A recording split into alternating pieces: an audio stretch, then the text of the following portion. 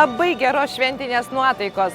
Šioje šimtmečio dainų šventėje Kauno rajoną atstovauja 1089 dalyviai. Tai choristai, šokėjai, kapelos, orkestras, tautodailininkai, folkloristai, teatro atstovai.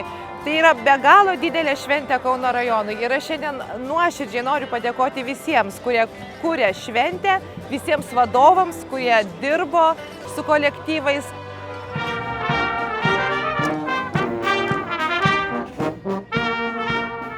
Išties įspūdinga eisena iki pat Vingio parko.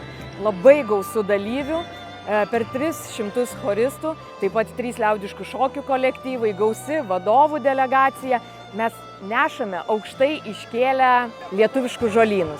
Taip reprezentuodami Kauno rajoną kaip agrarinį žemdirbių kraštą, didžiuojamės, kad nešame 25 Kauno rajono seniūnijų herbus. Svarbiausias atributas eisenoje - gera nuotaika, plati šypsena, atvira širdis. Didžiausia laimė būti šios istorinės dainų šventės dalimi.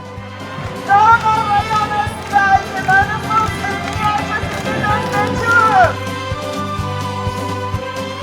Labai gera, šventiška.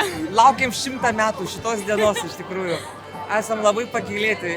Tai yra nuostabi šventė visos Lietuvos. Tai ne tik tai dainų šventė, tai ir lietuviškumo šventė, vienybės šventė. Nuostabi nuotaika, nes tai yra šimtmečio šventė.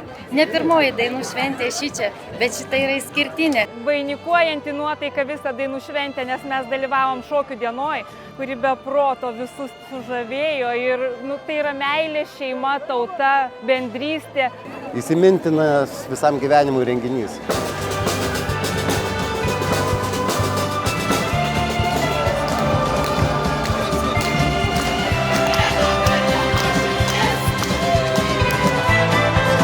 Eisenoje keliaujame per 3 vartus, simbolizuojančius kalbą, dainą ir šokį.